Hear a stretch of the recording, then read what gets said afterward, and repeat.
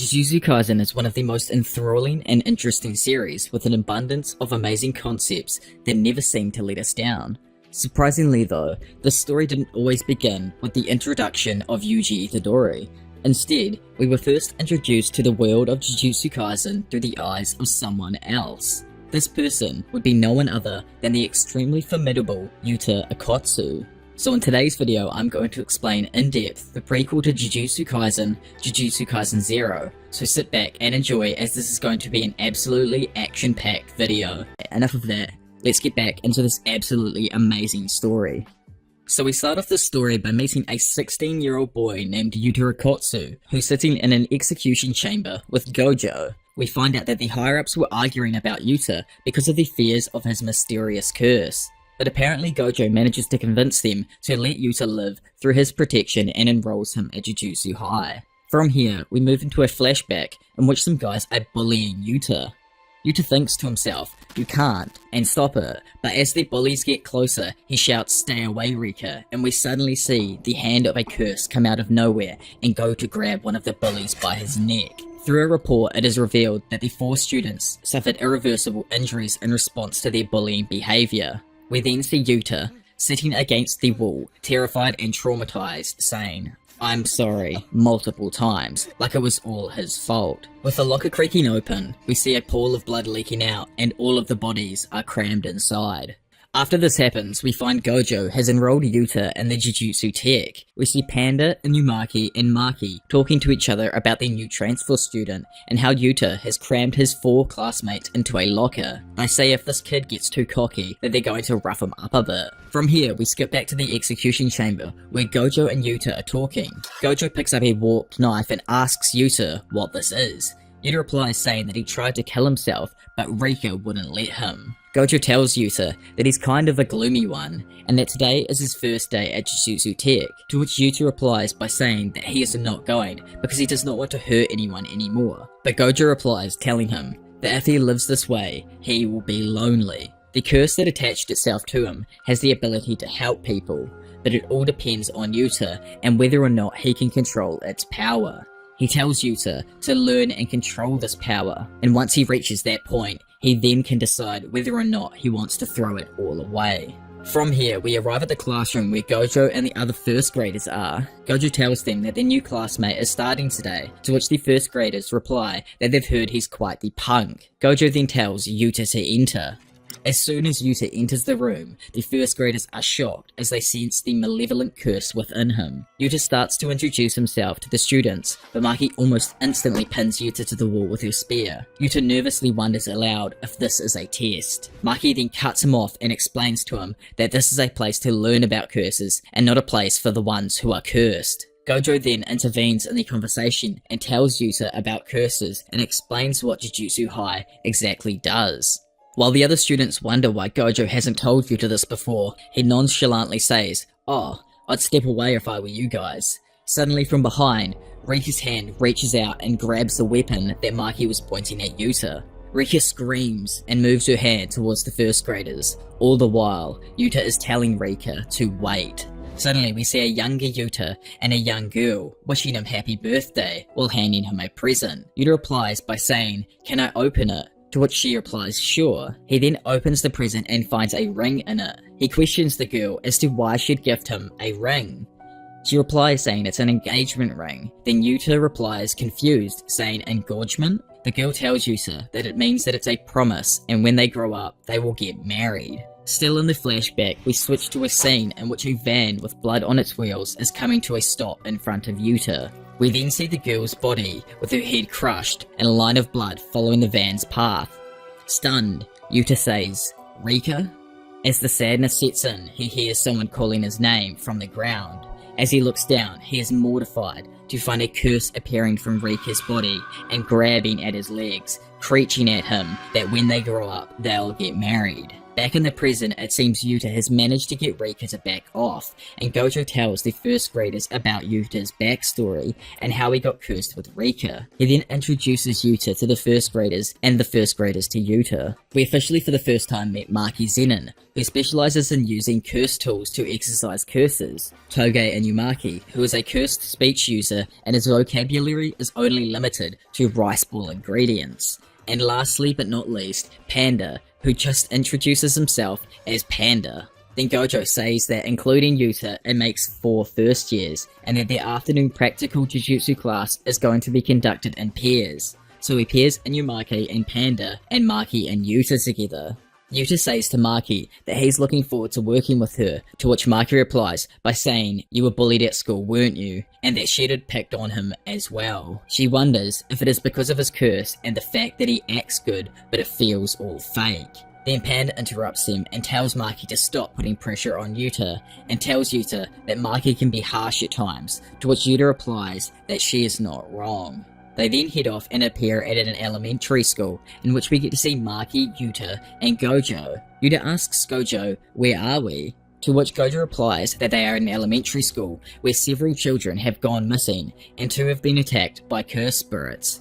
Maki tells Yuta a crowded place with varying memories, like schools and hospitals, tend to generate curses, and explains to him how curses come into existence through this. Gojo then puts up a curtain and tells them to exercise their curse, rescue the children, and retrieve their dead bodies if there are any. He tells Yuta, while leaving the curtain, "Don't go dying on us." Upon hearing that, Yuta starts panicking. Then Maki tells Yuta to pay attention and stay focused. We then see 3 curses ahead of them, heading in their direction. Upon seeing them, Yuta panics even more. Maki tells him to be quiet as this will be his first lesson, and finishes off the curses in one blow. She says if the curses gang up, it means that they are weak, and the same goes for humans too. After this, they head towards their school building. As they get inside the school, a nervous Yuta is panicking because of the curses, and Maki thinks to herself that despite the curses aren't attacking, and questions to herself, is it because of Yuta? She then asks Yuta what grade level he is, to which Yuta reacts with confusion, as he doesn't know what Maki is talking about. Maki explains to him that Jujutsu sorcerers are ranked on the basis of grades, to which Yuta replies that he doesn't know because he just got into Jujutsu High. Maki tells him to show her his ID card, and as he brings it out, she snatches it out of his hand. Before looking, she guesses Yuta has little to no experience, so he should be a grade 4. But then she looks at his ID card, and is absolutely shocked after seeing that Yuta is a special grade sorcerer. She starts to think about this crazy revelation to herself, and that this had to be some kind of joke. Just then, Yuta interrupts her by saying, "Zenin, behind you." Behind them is a massive powerful curse that attacks them and throws them up into the sky. As Maki goes to attack the curse, she has her spear knocked out of her hand, and both her and Yuta fall into the mouth of the curse, rendering them caught. Inside the curse, we find Yuta, who is unconscious after the fall. Upon waking up, he sees Maki, angered, saying that she dropped her cursed weapon and to let her out. Confused, Yuta asks her where they are, to which Maki replies that they are inside the stomach of the cursed spirit, and upon hearing this, Yuta begins to start panicking. Maki then asks Yuta where that so-called curse of his is, in which Yuta replies by saying that he never knows when she'll come out.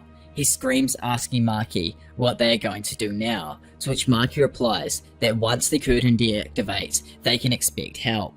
All of a sudden, they hear someone saying help. When they look to where the voice came from, they see 2 kids, one lying unconscious and the other one saying to them, "Please help, he's gonna die." Upon seeing them, Yuta thinks that these are the kids that Gojo talked about. Maki says that this isn't good and tells Yuta to take a closer look. The kids are cursed and it's only a matter of time before they die. Yuta starts to wonder what they're going to do now, in which Maki replies that they are going to do nothing as they are just going to simply wait. Then she starts to sway and says to Yuta that not everyone has a resistance to curses like he has. She then falls to the ground unconscious. Upon seeing her collapse, Yuta walks to her and is shocked to see a wound on her leg. Confused, he wonders aloud what this wound is and if it is cursed. The kids start to freak out, asking Yuta if she is going to die and to please help them. Yuta replies saying, "But I can't." But just then, somehow, Maki gains a bit of consciousness and grabs Yuta's collar. She says to him, then why did you even enroll at Jujutsu High? To do what? What does he even want? And what does he expect? In which Yuta replies that he simply didn't want to hurt anyone anymore, and says that he wanted to run away and disappear, but Gojo said that he would be lonely, and he couldn't seem to disagree.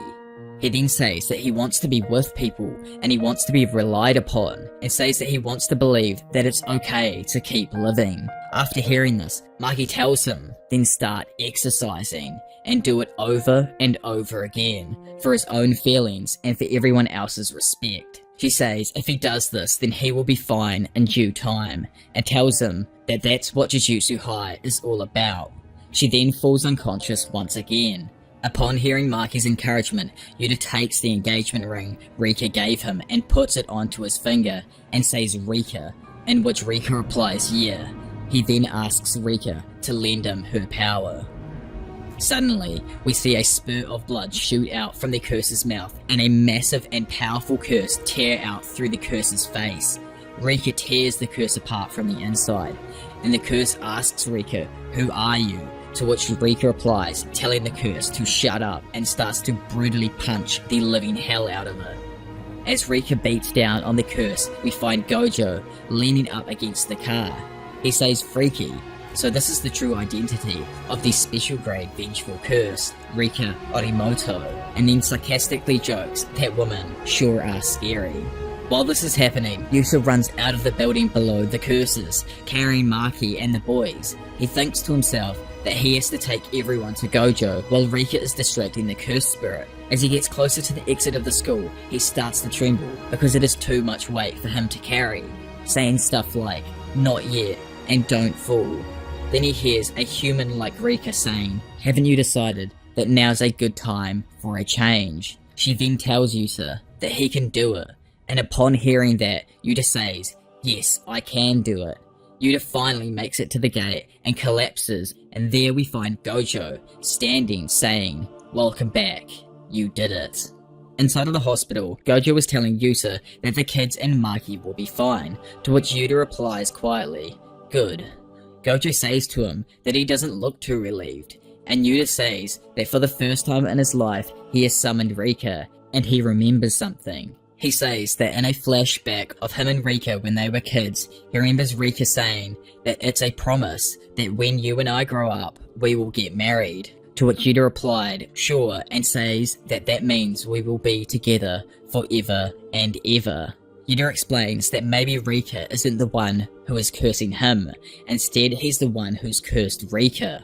Gojo says to Yuta that he has always believed that love manifests the most distorted curses, in which a determined Yuta says to Gojo that he is going to unravel the secret of Rika's curse at Jujutsu High.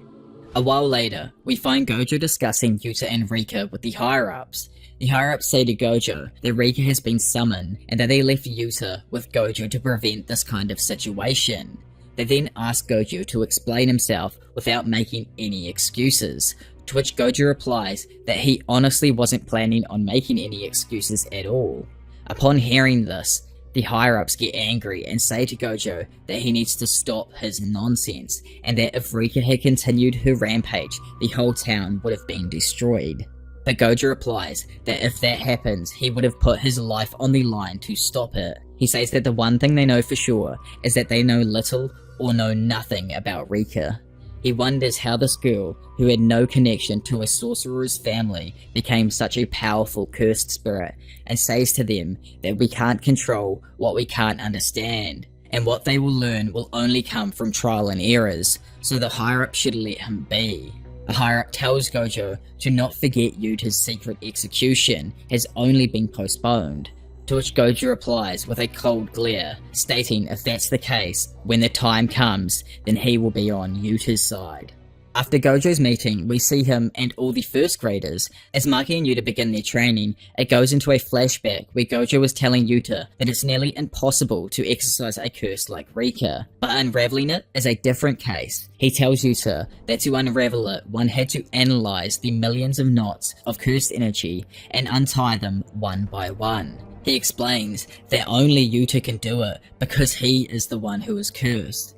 Yuta asks how he will do it, and Gojo hands Yuta a katana. He tells him that a curse is most stable when possessing an item, and that his connections with Rika come from the engagement ring, so we should think of it as a pipe that's already there, and he needs to invoke Rika's curse. He tells Yuta to channel the energy into the katana and use it, then repeat it until he masters it. Back in training, Yuta and Maki are fighting, but Yuta ends up losing to her. Then Gojo tells everyone to gather up and tells Inumaki that a curse has been assigned to him because he is the most suitable person for it. Yuta then asks what Gojo means by assigned, in which Panda explains to Yuta that Inumaki is the only second grade first year student, and because of that, he also gets solo missions. Gojo tells Yuta to go with Inumaki and support him. Confused, Yuta asks Gojo what does he mean by support, to which Gojo replies that by support he means to watch and learn from Inumaki whatever he can, because every sorcerer is unique and unraveling curses requires understanding and curses first. Once they arrive at the mission location, we get to see Inumaki, Yuta and one of the assistant managers, Kiyotaka Ijichi.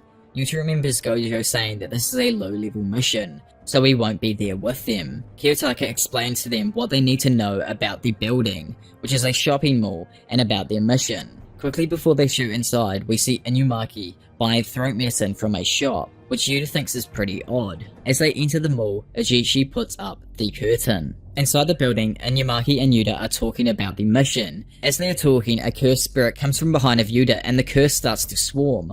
After seeing a swarm of curses, Yuta thinks back to what Maki told him, that weak curses form groups. He thinks that there are still too many though. Just then, Inumaki takes off his mask and yells, "Explode." All of the curses swarmed there suddenly explode. But after using his curse technique, Yuta notices that Inumaki's voice becomes extremely hoarse, and realizes that that's why he needs the throat medicine. Mysteriously, we see someone who we haven't seen before, watching and grinning at the two while they walk through the mall.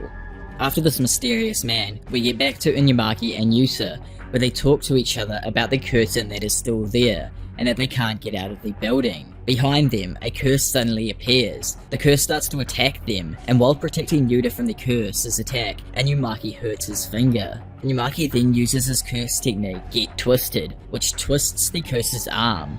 After using his curse technique, Inumaki falls, coughing, because he's used up too much of his curse technique, which has taken a toll on his throat. Just before the curse spirit attacks Inumaki, Yuta grabs him and drags Inumaki away from the curse's attack. As they run away from the curse, Inumaki's throat medicine drops onto the ground.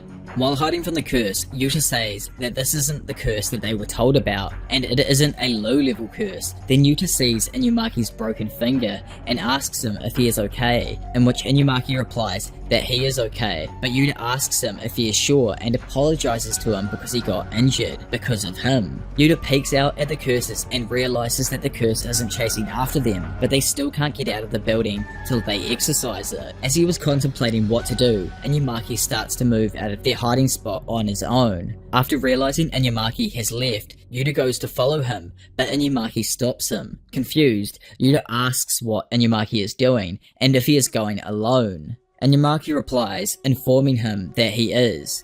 And upon hearing this, Yuta thanks him for caring about him, but he tells them that they are going to do this together. Standing there, Yuta faces the cursed spirit, and after the cursed spirit sees Yuta, he also notices Rika, and it becomes extremely angered. The cursed spirit furiously starts to attack Yuta, to which Yuta seems confused and wonders why the cursed spirit is enraged.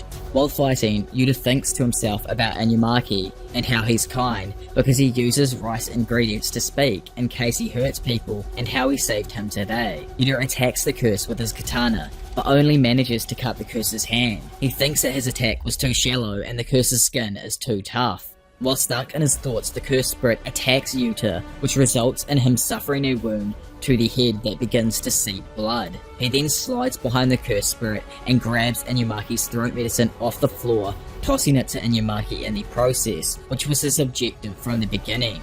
After Inumaki swiftly drinks up all of the cough medicine, he screams, "Get crushed," to the cursed spirit, and as the curse hears these words, it gets absolutely crushed, vanishing almost instantly afterwards.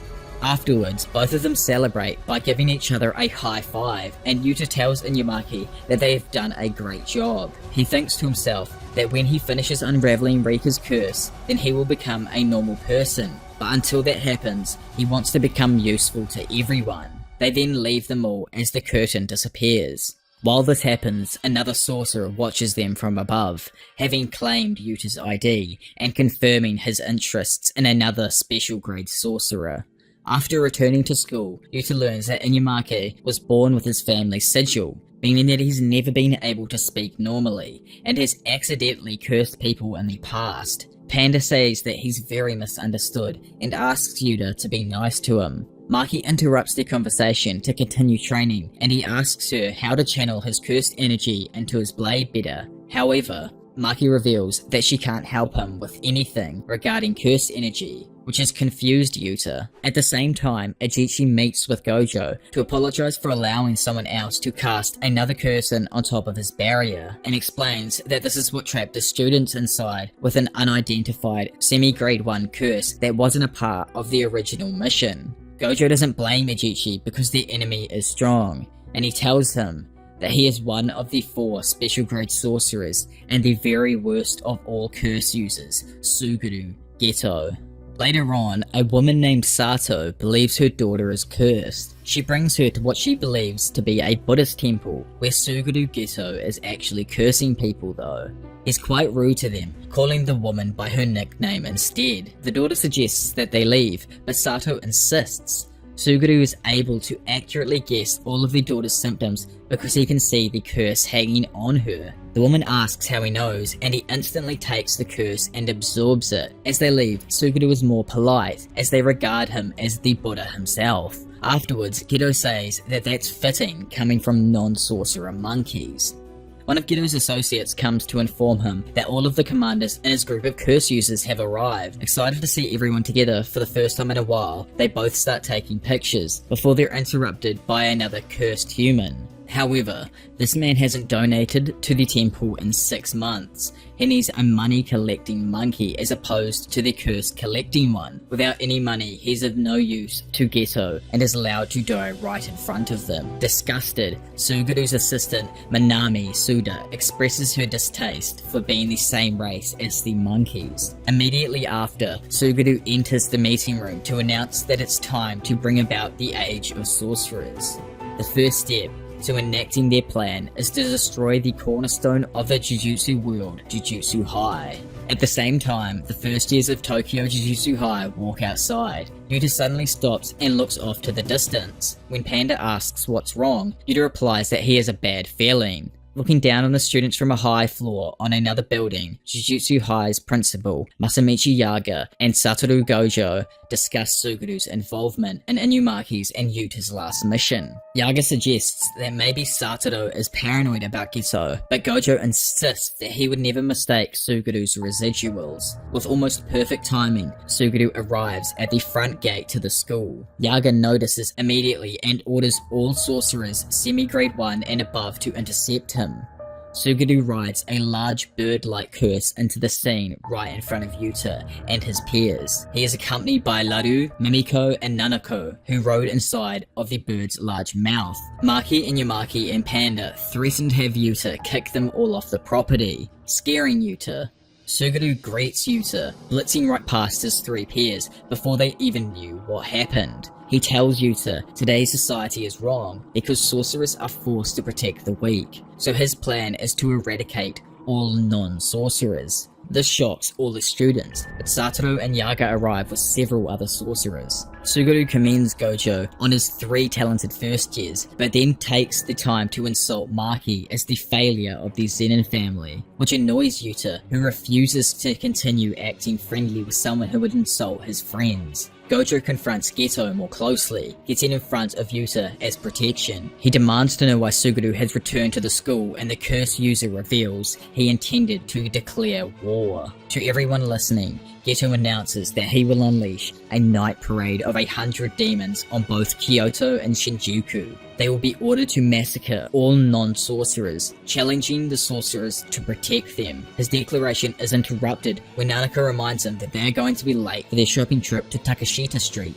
but Gojo doesn't intend to let him to leave. But Suguru unleashes a large curse and reveals that his precious students are all within his range. While they're preoccupied with all of that, Suguru leaves on his large bird-like curse with all of his associates. Immediately after, Principal Yaga holds a strategy meeting to discuss how they plan to repel Suguru's terrorist attack. They clearly have more fighting power than Geto, so the question becomes, why would he try this on his own? On December 24th, same day as movie release funny enough, the day of the terrorist attack, Suguru acknowledges his chances of winning are less than 20%.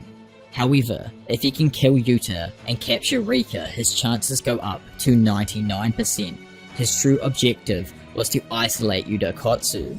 While Yuta waits alone in one of the classrooms, Maki enters and they talk about how all of the students are off fighting besides them. He then asks why Suguru called her a failure, and Maki explains that she is a member of the Zenin family, but she can't see curses. Yuta finally realizes why Maki doesn't like being referred to as a Zenin, and why she can't help him with curse energy. Yuta is impressed by Maki's resolve and tells her that he wants to be just like her, strong and resilient. He suggests helping crush the Zenin family, but Maki wants to do it on her own. Embarrassed, Maki leaves and expresses her frustration with feeling accepted by someone for once. Maki and Yuta both notice when a curtain suddenly engulfs the school, casted by no one other than Suguru Geto. In Shinjuku, Tokyo, hundreds of demons appear, just as promised. Looking down from a building with Geto's assistant, Miguel recognizes Satoru Gojo as his main target. Their objective is to simply buy time. Back at school, Maki is the first to greet Suguru, but he's less than impressed. Meanwhile, Satoru wonders why Geto hasn't shown himself in either city. Ijichi informs Satoru about what's happening with Yuta, and Satoru immediately uses his ability to teleport Inumaki and Panda back to the school. Miguel and his partners realize Satoru has figured out Geto's plan. Regardless, they must stick to it, and a curse reveals Mimiko and Nanako. On Miguel's mark, they begin their assault. Miguel challenges Satoru directly, but he's angry, claiming that he's busy at the moment. Inumaki and Panda are teleported back to the school and immediately break through the curtain. Suguru notices this and doesn't expect them to reach his point for a few minutes. However, Panda suddenly breaks through the wall behind Suguru. Geto realizes Panda just ran through all of the walls to take the shortest route. Panda unleashes a flurry of punches, but he notices Maki's injured body. While distracted, Suguru pummels Panda with a hand-to-hand combat, and Panda calls for Toge, who appears just in time to get Suguru's attention. Panda grabs the curse user's leg, and Inumaki orders him to crumble away with his cursed speech. Suguru appears to be crushed and falls deep underground through a giant crater Inumaki created. Due to Geto's strength and the power of the command though, Inumaki immediately begins coughing up blood from the backlash of the attack. Panda goes to check up on him, but Toge believes that they need to help Maki first. Suddenly, Suguru reappears from the ground, resurrected by one of his curses. Yuta notices all of the commotion and comes out to find all three of his friends grievously injured. While Suguru cries tears of joy over the young sorcerers helping one another, Maki is injured the worst, and Inumaki is just barely conscious enough to tell Yuta to run away. Instead, Yuta instantly becomes enraged and calls forth Rika once again, completely manifesting her for the second time. Suguru believes Yuta will die, but Yuta threatens to kill Suguru for what he has done. Yuta and Rika begin their battles with the special grade curse user Suguru Geto. Geto begins the battle using lots of weaker curses, hoping to see how Rika will respond. But Rika is able to transport Maki, Inumaki and Panda to a safe space where Yuta uses a reverse curse technique to heal them. Jealous of Maki, Rika becomes angry that another girl is getting Yuta's attention. However, a very stern Yuta tells her to be careful, officially controlling Rika for the first time. After healing his friends, Yuta confronts Geto. He asks Suguru why he didn't attack him, in which Geto replies that he was simply impressed that Yuta could even pull off a reverse curse technique. For his next move, Yuta pulls out a speaker with the sigil of the Inumaki family on it, and he manages to copy Inumaki's speech via his microphone. He commands all of Geto's attacking curses to die, impressing Suguru Geto even further. Yuta mentions how difficult using curse speech is and commends Toge, but Geto is surprised to see Yuta using such high-level Jujutsu. He surmises that Rika is truly a boundless entity of curse energy that can be shaped into any technique. Meanwhile, in Shinjuku, Satoru Gojo and Ajichi deal with the curse users Miguel, Nanako, and Mimiko. The two girls hang several managers and threaten to do so to anyone who gets in Geto's way. Miguel is able to disrupt Gojo's technique thanks to a rope weaved with an uncanny curse. However, the rope ends up almost running out, making Miguel extremely nervous, as he has to survive a few more minutes in almost hand-to-hand combat, but he promises to curse Suguru if he dies. Back at Tokyo Jujutsu High, Geto arms himself with a curse tool and prepares to fight Yuta directly.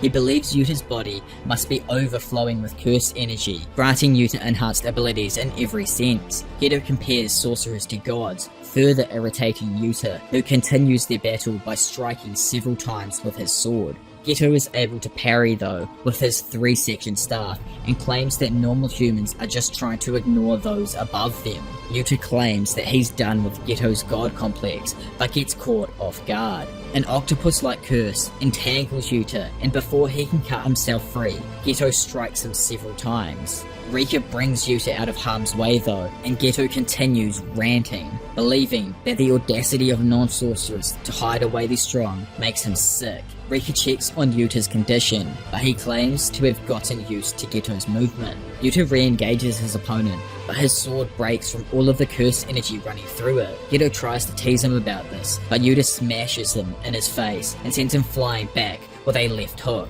Yuta admits that he can't confirm whether Geto is right or not, but simply because this man threatens Yuta's friends means he has to go down. Geto summons his most powerful curse spirit in a single technique, Maximum Uzumaki, threatening to destroy Yuta once and for all. In response, Yuta thanks Rika for protecting him and embraces her. He asks her for her power one last time and promises her that they will be together forever after that. This excites Rika's spirit, which grows even stronger. Geto realizes that Yuta is sacrificing himself to remove any limits on his curse energy. Using love, the most powerful curse of all, Rika fires a blast of curse energy that clashes with Geto's curse spirits, creating a massive explosion. Geto flees the scene, severely injured, missing an arm with a hole in his chest. He swears to get Rika next time, but is confronted by Gojo. Gojo confirms all of Geto's followers fled and admits that he trusted Geto enough not to injure young sorcerers like Panda and Inumaki. He gives Geto one last chance for some last words, and Suguru admits that he harbors no disdain for Jujutsu High. He simply couldn't be happy in this world, no matter what. Maki, Toge, and Panda awaken Yuta, who's glad to see that they're all okay. However, Rika calls Yuta, and he plans on making good on his promise to her. Suddenly, Rika's cursed form shatters, revealing the human spirit of a young Rika. Gojo arrives and confirms that the curse has been lifted. He also reveals that Yuta is a descendant of Mishizane Sugawara and also a distant relative of his, meaning that they are part of the same family. Yuta's rejection of Rika's death led to her manifestation as a cursed spirit. Yuta begins to cry because he feels responsible for everything that has happened, but Rika embraces him and reveals that she has been happier than ever. Her spirit disappears after this, saying goodbye to Yuta as she is finally laid to rest. Sometime afterward, on a day when it's snowing, Gojo walks with Yuta, assuring him that everything that happened with Geto was his fault alone. He also returns the student ID that Suguru had taken from him earlier on. Just then, Maki interrupts, standing in front of the duo with Inumaki and Panda. Happy to see his friends, Yuta smiles, still wearing the ring that Rika gave him. But yeah, anyway guys, that officially brings us to the end of Jujutsu Kaisen 0, or the prequel for Jujutsu Kaisen. Obviously, if you have enjoyed the video and want to see more, then make sure you hit that subscribe button and leave a like on the video, as it really helps me and lets me know that you guys enjoy this kind of content, as this is the second video in my entire video series where I go over an entire story that has happened through an anime or manga. So if you guys do want to see more videos like this in the future, then be sure to chuck a comment down below and let me know what series you want me to go over perhaps, and I'll be sure to, do my best to try and cover them in the future, along with just putting out normal content as well, with like normal